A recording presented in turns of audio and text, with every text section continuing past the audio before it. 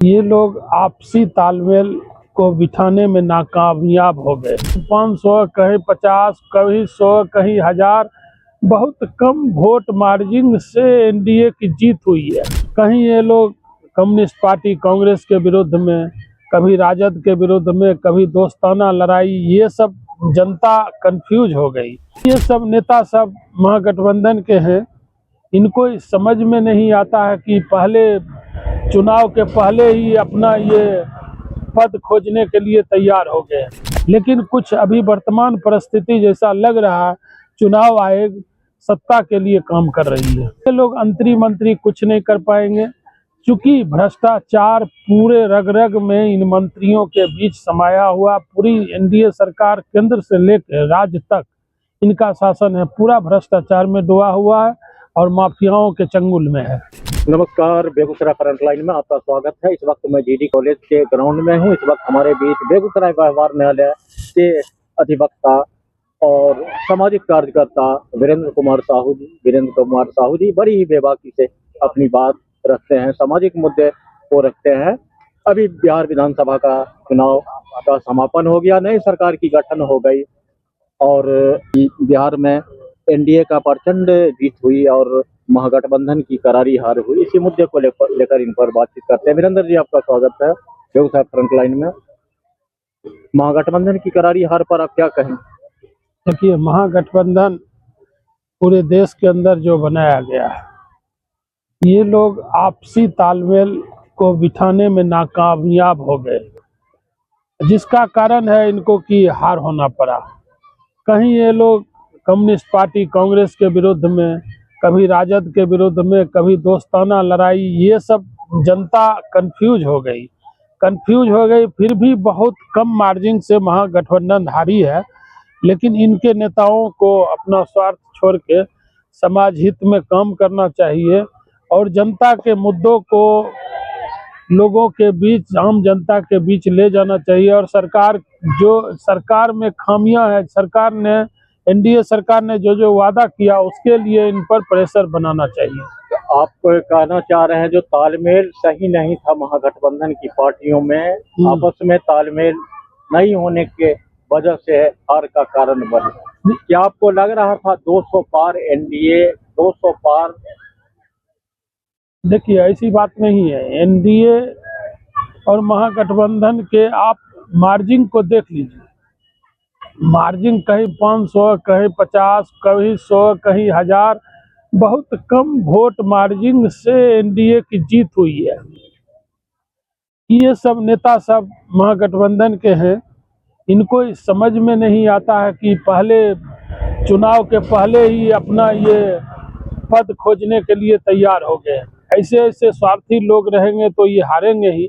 लेकिन फिर भी जनता का मैंडेट जो है कुछ ही परसेंट से उनको मिला है। राजद को तो परसेंटेज में बीजेपी से आगे है, फिर भी हार का सामना करना पड़ा। ये लोग आपसी तालमेल नहीं कर पाए। कांग्रेस को उठने के लिए फिर से सोचना होगा, अच्छे नेताओं को सामने लाना होगा। महागठबंधन वोट में आगे, सीट में कब? जी, निश्चित तौर पर परसेंटेज में राजद आगे है, लेकिन सीट में उसको कन्वर्ट नहीं कर पाई आपसी तालमेल के कारण। विपक्ष आरोप लगा रही है वोट चोरी का, इस पर आप क्या कहेंगे? देखिए, वोट चोरी का जो भी मामला है, चुनाव आयोग, केजे राव भी थे चुनाव आयोग, तो उन पर न पक्ष विपक्ष कोई आरोप नहीं लगा रहे। टीएन शेषन थे, उस पर किसी ने आरोप नहीं लगाया, इसलिए कि वो ईमानदार और कर्मठ केजे राव, टीएन शेषन जैसे लोग आज भी नाम ले रहे हैं। ये लोग ईमानदारी से काम किए।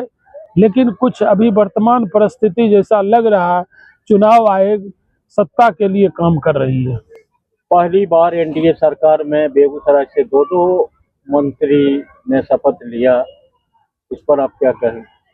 क्या कहना है, ये तो 20 वर्ष शासन किए हैं। पहले भी तो इन्हीं का शासन था। एनडीए का शासन पूरे देश में आपको कहीं लगता है बदलाव है?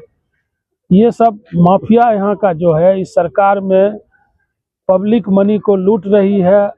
सड़क के नाम पर निकल रहा है, लाइट के नाम पर, पुलिया के नाम पर। आपने देखा कि इसी सरकार में कई एक पुल टूटे हैं।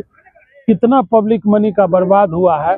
ये लोग मंत्री कुछ नहीं कर पाएंगे, क्योंकि भ्रष्टाचार पूरे रग रग में इन मंत्रियों के बीच समाया हुआ। पूरी एनडीए सरकार केंद्र से लेकर राज्य तक इनका शासन है, पूरा भ्रष्टाचार में डूबा हुआ है और माफियाओं के चंगुल में है। चुनाव के पूर्व जो 10-10 हजार रुपया दिया गया, ये असर दिखाया चुनाव में, या नीतीश कुमार का चेहरा? देखिए, लोभ लाभ दे के जनता के बीच कितना ठगिएगा। पैसे का लोभ देकर जनता तो मान लीजिए आखिर निर्दोष है। आया क्यों इतना? देखिए, 200 के पार। जनता तो मान लीजिए कि आप जानते हैं पूरे हिंदुस्तान में 25% जनता है जो हैंड टू माउथ है, खाने नसीब नहीं होता। 50% से अब ऐसे है कि किसी तरह से खाना नसीब होता है। बेगूसराय में कितना विकास हुआ? विकास तो आप चारों तरफ देख लीजिए, विकास क्या हुआ है। सड़कें बनी है, साल भर भी नहीं होता टूट जाता। नालियां बनी है, टूट जाता है। स्कूल कॉलेज की स्थिति इतनी खराब, अगर अच्छी रहती, यहाँ का विकास होता तो यहाँ के लोग गुजरात जाते, यहाँ के लोग दिल्ली नहीं जाते, पंजाब नहीं जाते। यहाँ के लोग तो पलायन कर रहे हैं। चुनाव खत्म हुआ, जितने भी मजदूर थे, कमाने वाले थे, सब चले गए बाहर। इसके साथ साथ यहाँ के छात्र को यहाँ पढ़ाई नहीं मिलती है, न मेडिकल हॉस्पिटल अच्छा है।